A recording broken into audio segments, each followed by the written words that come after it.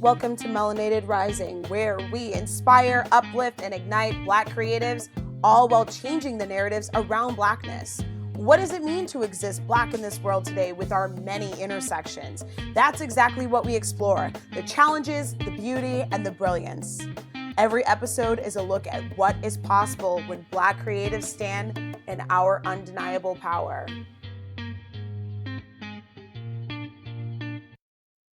Hello. If you are new here, welcome to the show. If you're a returning listener, welcome back.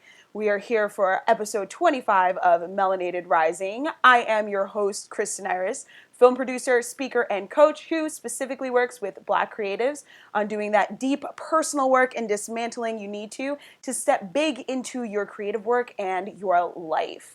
So before we dive into today's topic, which is a good one for this solo episode today, just want to let you know that you can really help support this show by joining my Patreon page at patreon.com/melanatedrising. This is a solo production in that I produce the show all by myself, and that can be challenging sometimes. So when you join my Patreon page, you are helping to support the production of this show, and you also get special afterthoughts videos, exclusive afterthoughts videos, and the live streams that I do on Instagram. I also put most, but not all. Some of them I let go after that 24-hour period that Instagram has.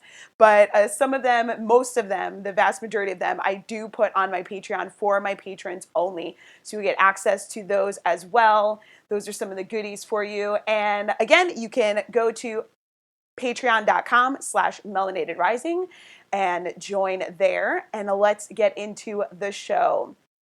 So today we are talking about decentering whiteness to thrive in your Blackness.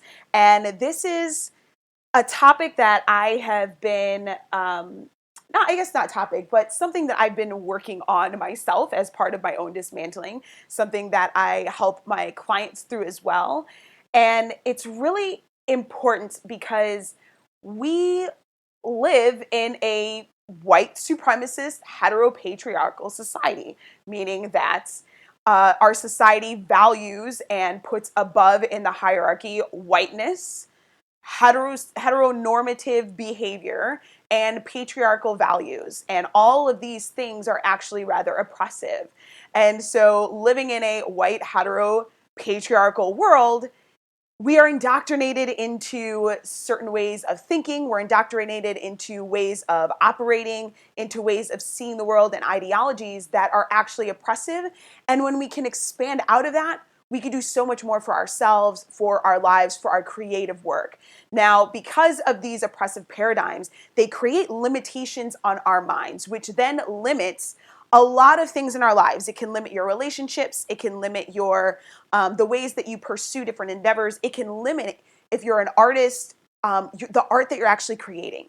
So what you're actually producing and putting out in the world might be confined by some of these norms. And when you learn to decenter whiteness, and especially as Black folks, as Black people, when we can decenter whiteness, we can do so much more with our creative work.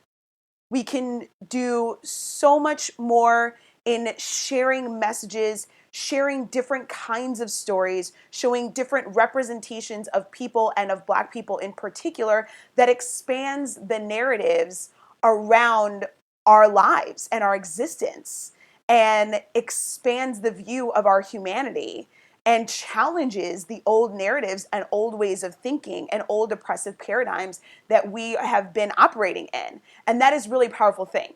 Now, as you guys know, I work with Black creatives, and creative means anything to me. A creative is a person, basically. Unless you are literally doing nothing all day, you're not doing anything to move forward with your life, you're not doing anything to move forward with anything, you are creative, because whatever it is you're working towards is something that takes some kind of creativity in your mind. Whatever it is that you're doing, it doesn't have to be art, it could be medicine, it could be engineering, it could be anything that you're doing, athletics, business, but that takes a creative muscle in your mind. And that is where we create innovation. That is where we create new visions for the world, new visions for our community, for ourselves. So when we are able to create these visions. And I do believe that Black people are just, we're so powerful in what we're able to create, what we're able to change in the world, what we're able to innovate, that when we get to do those things and we do it outside of the white center that society circles around, and decenter whiteness and center ourselves and our own intersections and our own experiences, we can do so much more, and we can create so much more change and so much more impact in the world. And I'm all about helping people to create more impact. So when it comes to decentering whiteness, there's really kind of different levels to this, and different ways that you might think about it. Some are more obvious and some are really subtle. So I'm going to give examples on both ends. So I think I've talked about this before on previous episodes. Can't remember, but I'm going to share a little bit about my own writing and what happened when I learned to decenter whiteness. So as a writer, I mean, I've been writing for a really long time. I was always a storyteller from when I was a child. Like, as soon as I could read and write, I was telling stories. Now, all the way up into my early 20s, my stories, which up to that point had really been fantasy, science fiction primarily, all of my stories were led by white characters, white leads, and with that came sort of my idea of like the white perspective, which I can have a pretty good idea of because I live in a white supremacist society, right? So everything that comes at us in media, in books, in just in news and everything is really from a white gaze, and it's from a white focus. And that's what I was constantly being fed for the first 20 something years of my life. And that's what I was putting out in my own writing, was white characters with this kind of white centric perspective. Even as I was creating different worlds, I was putting these same characters that had kind of the same focus or same perspectives from this world and putting them in a different world. And what it was doing was really constricting my writing. Now, I didn't even really realize that I was doing this until I read Octavia Butler, who is amazing, my absolute favorite author. And I read The Fledgling by her. And within just like the first chapter, just in the very beginning of the story, I was like, holy shit, this character could be me. Like, I saw myself on the page for the first time in a fantasy type of story, which I had not seen that I can think of before that, not as a main character. And it was, in fact, even in childhood, the books that we read in school, all of them are very white centric, but the ones that were not, the ones that had Black characters or told Black stories, were always about slavery. They were always about segregation. They were always about like the civil, not even the civil rights struggle, but like even before that, it was always these older stories where we were in these extremely oppressed situations. And what that told me as a young child, as a young girl and young woman growing up subconsciously, is that these are the only stories we're allowed. These are the only stories that Black people are allowed to really be in. So when it comes to fantasy and science fiction, people want to read white characters. That's what people are already writing and reading, and that's what's allowed in the industry. And I had internalized this subconsciously without even realizing, and didn't know that I had been writing white-centric stories and characters because I didn't feel like I was allowed to write anything else.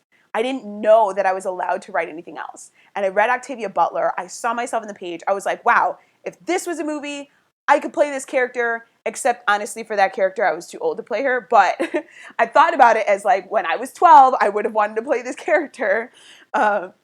So reading Octavia Butler really opened things up for me. And the novel that I had been working on at the time, which was like a 4-book epic fantasy series, I was like, wow, I think I'm going to change this now. And I actually now have to like completely rewrite it. And that's going to be a future project. I'm not working on that right now. I'm working on some other things, but it made me look at that and look at my stories and look at who I'd been writing and look at how I'd been writing them and think, you know what, I can do something different with this. I I can actually, with the message that I was trying to share in that story, which was actually about oppressive power dynamics, but in a different world, in a different context, I'm like, I can make this so much more powerful if I change these characters around. If I make this character brown or black instead of like this lily white character, if I change some of these things, this could really transform what I'm putting on the page. And not only transform it for myself in terms of being able to share the message in a different way, in a more expansive way, but it would change things for my readers because they would be seeing characters in different representation of characters that you don't see a lot in books and movies. It's getting to be a little bit more. We're getting more representation here, but there's still not a lot. So for me, looking at that, I was like, there's more that I can do for the message that I want to share. There's more I can do for the impact that I want to have. And there's more that can really be shifted for people who read this story and really everything that I've written since then, because now I'm very much about centering Black, primarily Black, but Black and brown characters, and using my writing to change the narratives around Blackness, to talk about some of the things that we deal with and expand the ideas of, just breaking some of the ideas about the ways that we operate, the ways that we're allowed to operate, what's accessible to us. And even if it's in a fantasy science fiction context, challenging those narratives, changing them and expanding them. So my writing shifted, but there's also that's a more obvious one, but there's also a more subtle element here that could have been the case, which is, now that I'm centering Black characters, there's the question of why. And this is where you start to dig deeper into the decentering. Okay, so now I'm not centering white characters, I'm centering Black characters. But in terms of my actual writing, how I come to the page, what I put on the page, who am I writing this story for? I can center Black characters and still center the white perspective as the reader, right? And that's going to change the way I write what I put on the page. Because if I center Black characters and I prioritize, this is for Black readers, this is what I'm trying to share with them, this is a story for them so they can see themselves and expand their ideas and feel actually like represented on the page, I'm going to come to my writing from a different place than I'm centering Black characters because I want white people to see us a certain way and I want them to see us differently. That's going to shift how I show up to the page. So there's what's actually being centered in your work, and this is an art example. It doesn't have to be an art example for you, but this is an art writing example. There's who you're actually centering in the work that you're doing, and then who you're centering in the why of the work that you're doing. And in both of those things, when we decenter whiteness, we expand so much bigger what we're able to do, as I just gave you examples of, right? So there's different elements here to the decentering. And even within this, the who you're centering and the who you're centering in your why, those are still a little bit, I feel like, easier to grasp. They take a little bit of, they take some thought and some exploration, but you can still put that even more directly into the work that you're doing. It's like, I have this project. Who is this project for? Why am I doing this project? Who am I really prioritizing here? It's a little bit easier to kind of peel it apart and see how you might be centering whiteness or white heteropatriarchy in what you're doing. It can get a little bit trickier in some other areas, which I will dive into in a second. But first, I want to talk about why we tend to do this. Why do we center whiteness as Black people? I mean, we're Black. Why aren't we automatically centering Blackness? And I'm not saying that everyone doesn't center Blackness. That's not what I mean. But for the vast majority of us, it takes actual work and dismantling and decolonizing to center ourselves. And part of that is because, one, we are constantly made to center whiteness by society. We see it in media, we see it in government, we see it in every system of our society that is white supremacist. We see it in the way that people respond to us when we walk down the streets or when we enter a room. Part of that is an element of survival. I know, even if you're not super aware of it, like now I am super aware of this because I have done the work to dismantle and decolonize, and I'm constantly continuing that work to dismantle and decolonize. But before I was here, it was more like I would notice those little microaggressions. You know, I would notice the ways, for example, when I was teaching yoga, when people would walk into the room and they'd look at me like, oh, like she's the teacher. All right, she's black though. Okay, let me lay my mat out, you know? And it's like they didn't expect me to be the teacher because I'm not this, you know, lily white woman leading a class and speaking Sanskrit like I'm, you know, like botched Sanskrit like I'm some kind of, you know, student of Indian culture, which vast majority of them are not. But anyways, it's a whole different topic. So I would notice it in little ways. Like when I walk into a room, I know that I'm black. I am aware of my blackness as soon as I walk out the door. And I'm aware that other people see my color. White people walk around just being white all day and not ever really thinking about the fact that they're white or that people are seeing them as white. They're just walking around being themselves because the world is made to center them. For us, we know the world is not made for us to be centered. We know that the world is not made for us to thrive, even if you only know it subconsciously. So when you walk into a room, when you walk into a space, when you walk out the door, when people interact with you, we're more aware of the ways people respond. And because there are black people that are getting killed in the street every day by police, we have a real danger walking around in the world. So because whiteness is the center of society and is really the focus of society and what society is built around, we navigate the world constantly thinking about how do we show up in a way that keeps us safe. And that's the survival part. And that can be a slippery slope from being safe to now I'm actually really quieting myself. Like, how do I show up in a way? Oftentimes we show up, we're quieter. We try to smile because people think we have resting bitch face.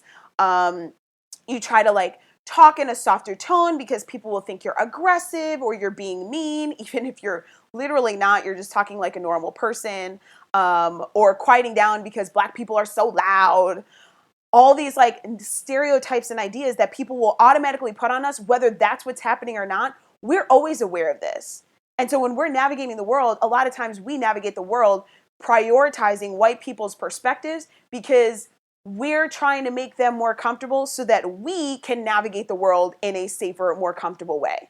And a lot of times that means dumbing down or dimming down our ourselves, our uniqueness, just our regular selves, and dimming that down because somebody's going to take it the wrong way, which is an oppressive way of living. That's why centering whiteness is part of our continued oppression and why we need to decenter whiteness. So this also, jobs are a really good example of this because a lot of industries and a lot of jobs, even if they have black people that are more in like the lower echelons, lower end of the hierarchy, the people that are above them are usually get whiter and whiter. And so the gatekeepers to your money, to your livelihood, to you like having a place to live are white people. And if you're in a job, you're trying to make sure that you keep that job. That's how a lot of this is a really good example of how this might play out in a large area of your life if you have a job. I don't work for white people because I tend to get fired because I stopped trying to dumb myself down, and I'm outspoken and I call people on their bullshit and it makes people uncomfortable. So I do my very best not to work for white people, but this is an example of where it comes from survival. Now, another thing is that not only do we get these messages from the outer society about, you know, a white-centric society and this conditioning, but we also sometimes get this from our inner circle, from like family, because our parents and our grandparents had to navigate a world that was white supremacist as well. And a lot of times they learned things and even generationally passed down behaviors that made it so that they could survive, so that they could excel in a white supremacist world.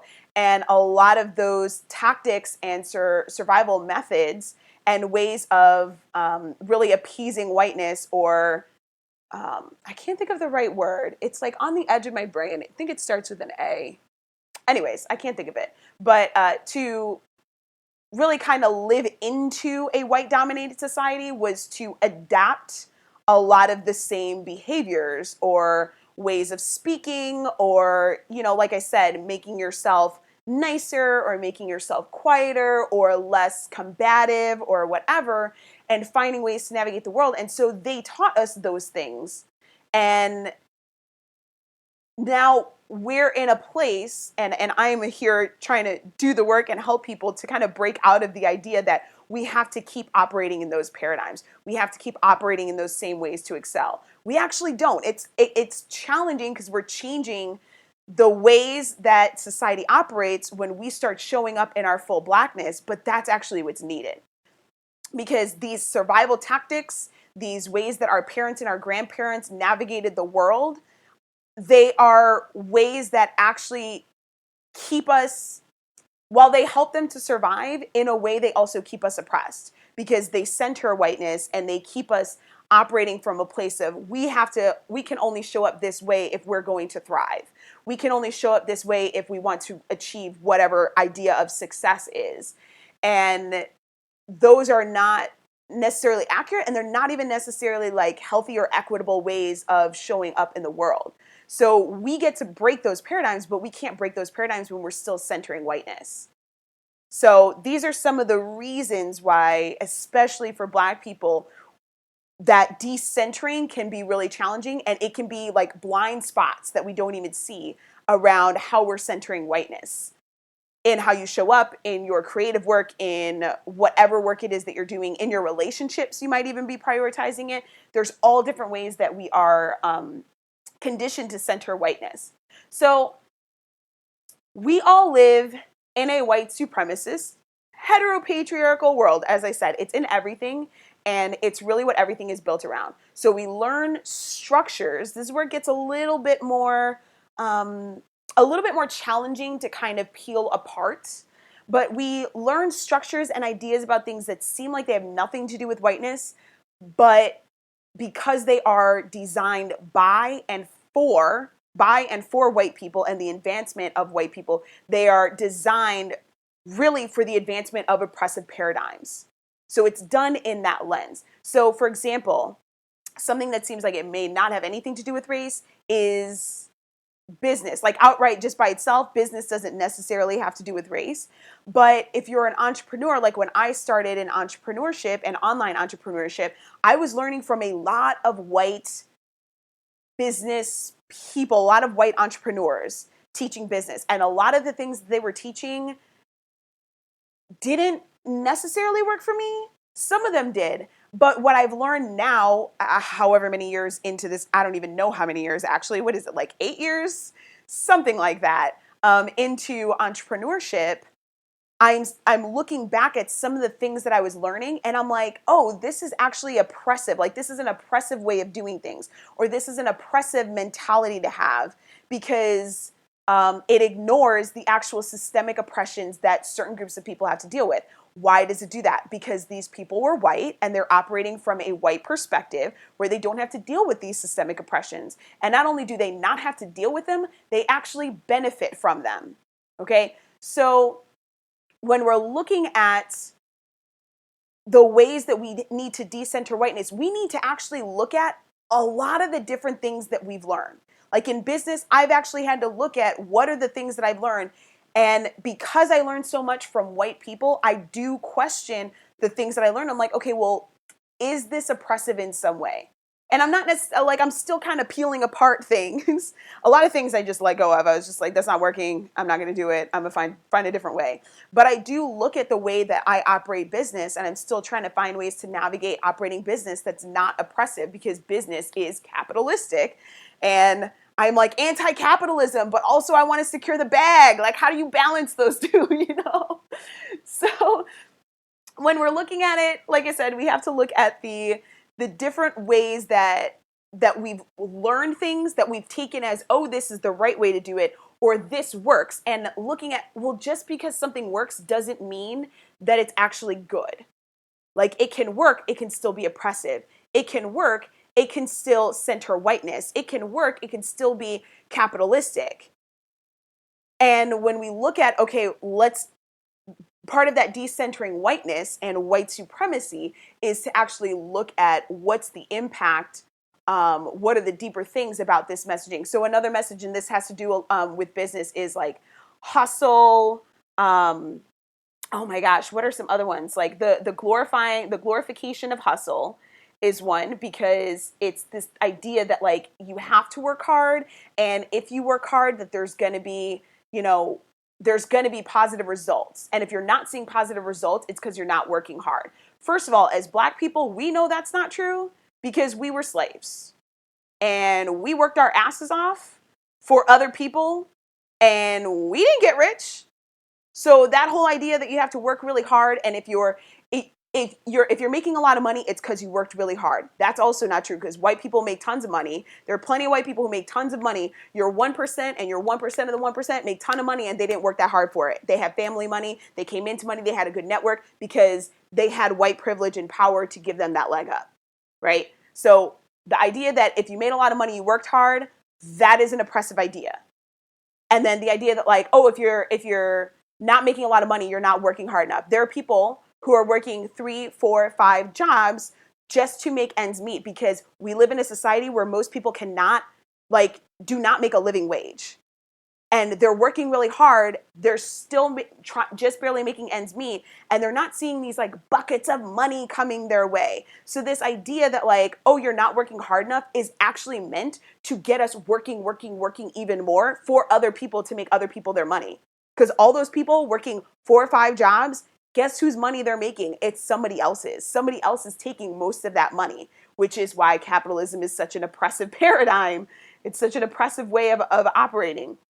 So this is what I mean about some of the ways that we learn, some of the things that we've adopted, that these ideas and narratives that have been imposed on us, that maybe we have to actually peel apart and look at why these things are oppressive, why they're white supremacist in nature, why they are capitalistic or heteropatriarchal in nature, and why they actually cause us more harm. But you have to actually look at it. Now, as part of this, let me see. I think there's some other ones. Pulling yourself up by your bootstraps. Oh my gosh, here's one. You create your own reality. How about that one? You create your own reality, which is all part of like the love and light and law of attraction camp. Now, I'm not saying that we don't attract things. I do believe that energy matches energy, but law of attraction, the way it is taught in the larger like spiritual and personal development world, is extremely white supremacist and bullshit.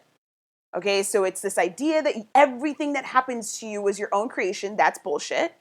Okay, like we do have energy, we can attract things, we can manifest things, but there is an element of privilege that plays a huge part in that, and an element of systemic oppression as well.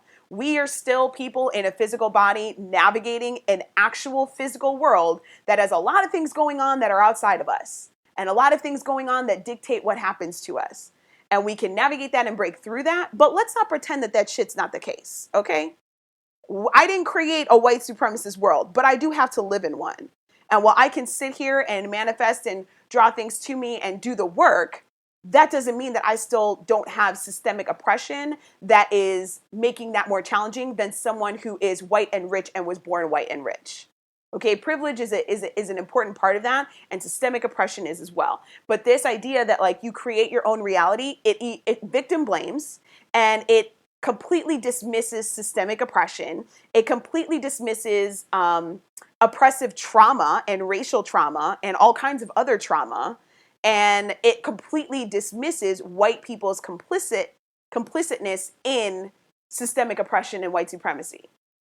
So that's another idea. So when we're adapting these ideas and taking them in like, oh yeah, I create my own reality, it's like, let's put that in the greater context of reality, not just like the context of my reality as a Black woman, as a queer Black woman, as a queer Black, sometimes disabled woman. Let me put that in the context of that so that I can actually use it properly, instead of let me just take this from the white-centric view that says that all of my problems were my own doing. If I did that, I'd be sitting here thinking that my two autoimmune conditions that sometimes really caused me a lot of challenge navigating the world, that I created that somehow. And there are people who have like more or less said that to me, where they're like, well, what are you really holding on to? And it's like, I have been in the woo-woo camp, y'all. Like, I was a yoga teacher. Okay. I still practice a mix of yoga and other things. Like, I am a spiritual person, but like, I have really had to dismantle a lot of that white spiritual bullshit that erases, one, like medicine, actual science, erases systemic oppression. And that's one of the ways. It's like, well, what are you holding on to? Or what's like, what emotional thing? And it's like, I actually have a condition that's happening in my physical body that needs to be addressed in my physical body. This is not like a psychological manifestation in my physical form. Okay, this is something that is really happening to me physically and needs to be addressed that way. And people will just dismiss it. And that is like, that's oppressive by nature, you know? So that was one example, the ways that we take on these kind of ideas and philosophies and stuff like that.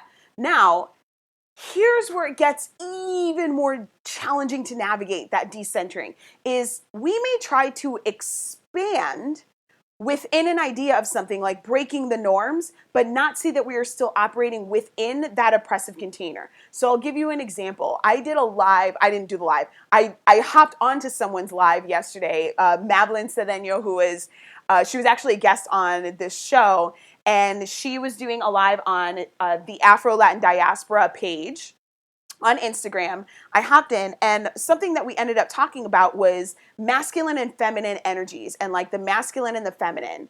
And she was saying how when it comes, we were talking about men and black men and the ways that black men are not allowed to be emotional, and how that not only harms them, but harms the women that they get involved with in adulthood, because they don't actually know how to navigate their emotions. And she was talking about how like men are like, they have this very masculine energy, and they're not like, they don't think about bringing like feminine energy, and they need to understand that we all have masculine and feminine energy. And I said, and this is something that I've been working through and I'm still working through, I said that I have my issues with masculine and feminine energies and the whole discussion about masculine and feminine energies. And so we got into this really like good little discussion about it, because what her perspective was, and I totally don't, I'm not trying to speak for her, but I don't have the actual video to share with you guys. But what her perspective was is that we all have masculine and feminine energies, and they're two ends of the spectrum, and that we have a mix of it across that spectrum, you know, and everybody's got some masculine, some feminine, and however it just kind of like shows up. This is not her words at all. This is not her words at all. This is my interpretation of what she was saying. I just want to be clear about that. But she was talking about that we all have both. And I've heard that, and I've heard people talk about that. And I said, my problem with that is that it is still based in a gender binary. Even though you're talking about energy, you're talking about energy that is based on and is supposed to be reflective of how we're allowed to show up as men and women. I said, I don't believe in gender binaries, because there's more than one gender. There's more than two genders. There's also more than two sexes, because we have intersex individuals as well.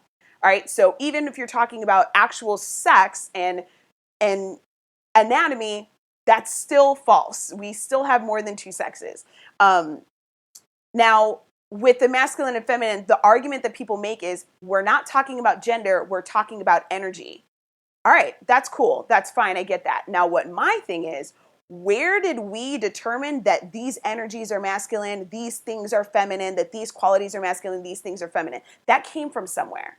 And to me, typically, like from everything that I've looked at, it comes from heteropatriarchal norms. It's still, even if you're talking about energy, it's still a gender binary. You're still talking about one end of a spectrum and another. And I have an issue with that, because I don't even think we need to be on a line across, right? So this idea of masculine and feminine energies, it still perpetuates ideas around gender and around what we are supposed to be showing up as, and the qualities that we're supposed to have, that I don't think are accurate or fair. Because my feminine doesn't look like the typical idea of feminine, which is based in an Anglo concept of femininity. All right, so you have these two ends of the spectrum. And I said that. So I'm kind of going in and out of the conversation here. But on the live, I said to her, you know, some days I wake up and I just feel like I'll think to myself, man, I'm just not feeling like what society would say is feminine today. Like I'm just not feeling that energy. And she said, well, I think it's okay to feel that way, because her point was, we need to expand, like, even if we're talking about the energies, we need to expand the ideas of gender within that, because men don't have to be on the quote masculine side. Men can be, like, you can be anywhere, and we can be anywhere on this spectrum. And I said, that was something that she had said before that. And so when I said that sometimes I wake up and I'm just like, man, I'm just not feeling that, like, typical societal feminine energy right now. She said it's okay to feel that. I said yes, but the fact that that's what I thought was, I'm not feeling society's idea of femininity, means that I'm centering society's idea of femininity. I've already decentered my own perspective, and I'm centering society's perspective on what's feminine, on what's masculine, what's feminine energy, what's masculine energy, how women should show up, how men should show up. I've already centered that if I'm having that thought. And so for me, that's a problem. That's why that's why I have my issues with the ideas of masculine and feminine energy, because it's still centering an idea based on patriarchal norms and these energies being attributed to masculine or feminine. Why? Why not left brain and right brain? Okay, left brain logical, right brain creative. Like, why not that? Why not? Why does it have to be in a line? These are things that I didn't necessarily say on the live, but I'm saying to you guys who are listening now is, why does it have to be masculine and feminine? Why can't it be left and right brain? Why does it have to be a linear line anyway with two extremes? Maybe it's a circle.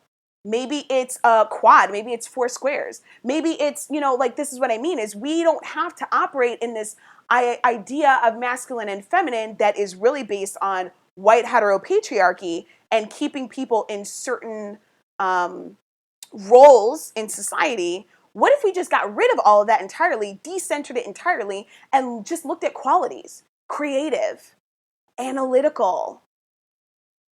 There's so many other ways that we can look at people, and that doesn't center that gender binary, which is, again, heteropatriarchal in nature, and often also white-centric in nature.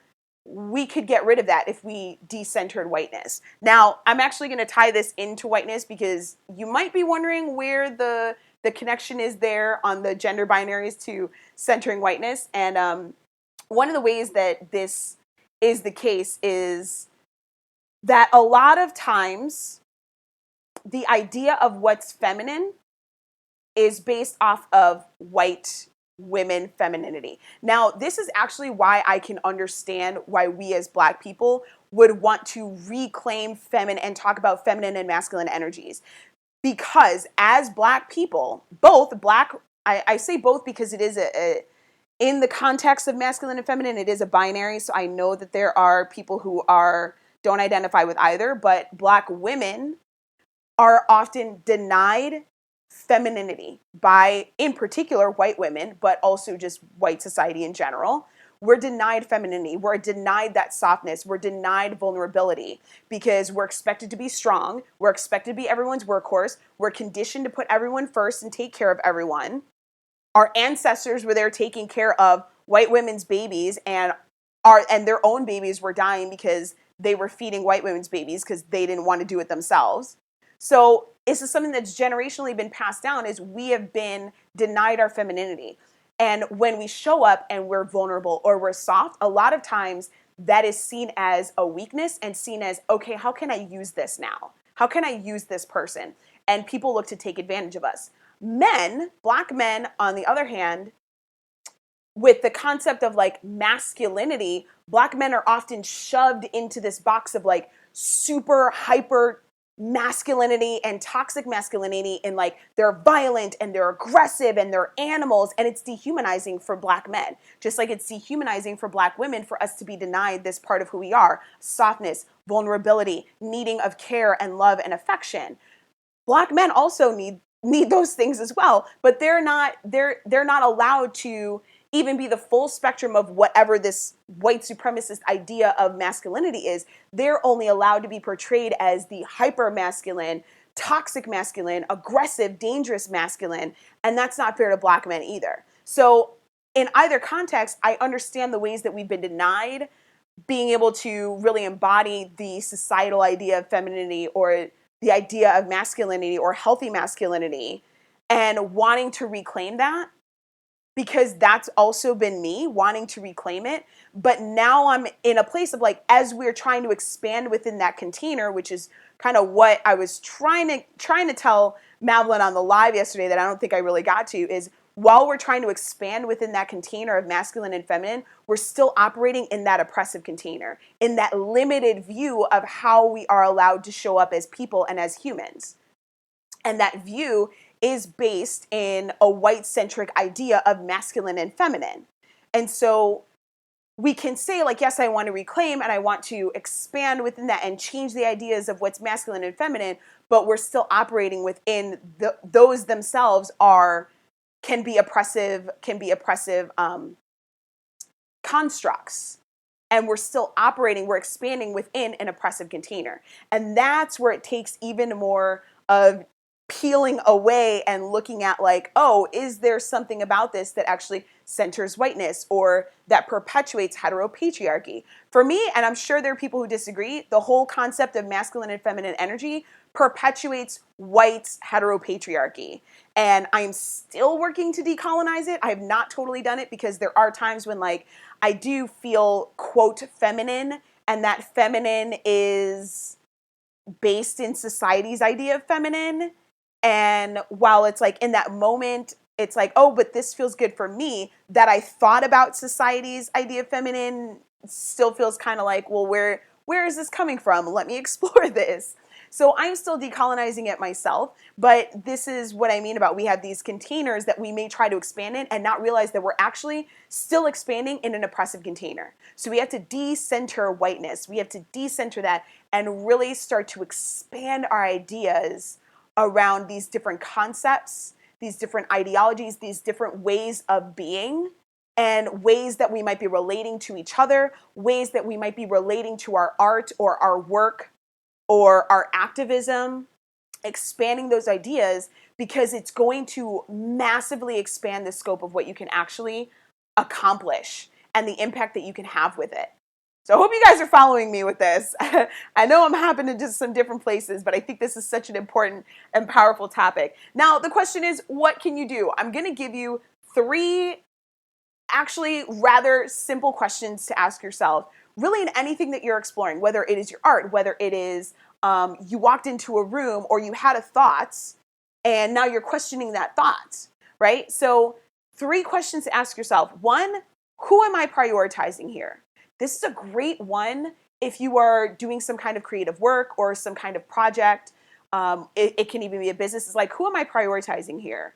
And looking at who the focus is and the why. You know, so not just who are you focusing on, who are you centering in the work, but also who are you centering in the why of your work, like I mentioned earlier with my writing. The second question, where did I learn this? So this is good with like concepts, with ideologies, with methods. Like I said, business methods that I had learned that I was like, okay, where, you know, I had to look back, even as I'm still doing business now, I've learned so many things that I have to question some of the things that I do and be like, okay, where did I learn this from? And did I learn it from someone or from someone who's white? Did I learn it from someone who had learned it from someone who was white, and so they have that white-centric perspective? Did I learn this from something that is an oppressive paradigm, etc.? Where did I learn this from? That's another good question. Okay, the third one is, how can I decenter white heteropatriarchy? Or if you want to even simplify it, how can I decenter whiteness? How can I decenter heteropatriarchy? Depending on whatever it is that you're looking at or doing. And this is an interesting question because it just changes the way that you look at what you're doing. So it just gives you a different perspective. If I'm working on my writing and I ask, who am I prioritizing here? I may be like, okay, I'm prioritizing Black people. I'm writing this for Black people. changing the narratives around Blackness. If I ask the question, well, how do I decenter white heteropatriarchy? I might come up with some different answers. And not answers that contradict, but might be things that just kind of go in some different directions and help me explore what I'm doing in a way to be like, oh, I didn't realize that even though I'm centering Black people and this is for Black people, over here in this little corner, I can actually decenter whiteness even more. I can decenter heteropatriarchy even more. And so it allows you to really start peeling away those little pieces in whatever it is that you're doing that might still be centering white heteropatriarchy. So it's powerful stuff when you start doing this, because there's so much that expands for you in decentering whiteness, in centering yourself, centering your perspectives, your stories, your experiences. Really powerful stuff, but it takes doing that work. It takes that work of dismantling. It takes that work of decolonizing. And it's something that does not end. It is constant. I say this all the time because people like to think that like, oh, I got through it and I've arrived and now I'm woke or whatever. And it's like, no, honey, like we all still until the day you die will have work to do around this. But when you have gone through the process and you're doing the work to dismantle, you get clearer about how to do that, which is exactly why I work with clients. So thank you so much for listening to this conversation, this solo conversation I'm having. And before you go on the subject of dismantling and decolonizing, I want to share with you that I have opened doors for my 7-week small group program From Oreo to Empowered, which is for Black creatives who were told that they weren't Black enough. If you were called an Oreo, you were made to feel that you were less. These stories, these narratives, these rejections, they have a really deep impact on us, on how we show up in the world, on how we show up in our relationships, and how we go about our creative work. And so in this program, it is going to be 7 weeks of dismantling our internalized oppressions, our internalized white supremacy and anti-Blackness, healing from the pain of the Oreo complex, and also learning to do less harm ourselves in the world. And then also really creating changes in your life that allows you to step big into your creative work. And that's what you're going to be doing. So by the end, you will be taking big action in whatever your creative endeavor is. You are going to be, you will have a plan of action going forward for what to do with it. And you will have a clear framework and a process that you get to come back to over and over to continue dismantling, to continue stepping into your power. So this is all about going from that pained, hurt, disempowered place of feeling like you're not enough to being confident, boldly and unapologetically you, and stepping big into what you're creating and the impact that you want to have on people, on community, on the world through the work that you are putting out in the world. And that is what I'm going to be helping you with. So there are 2 tiers to the program.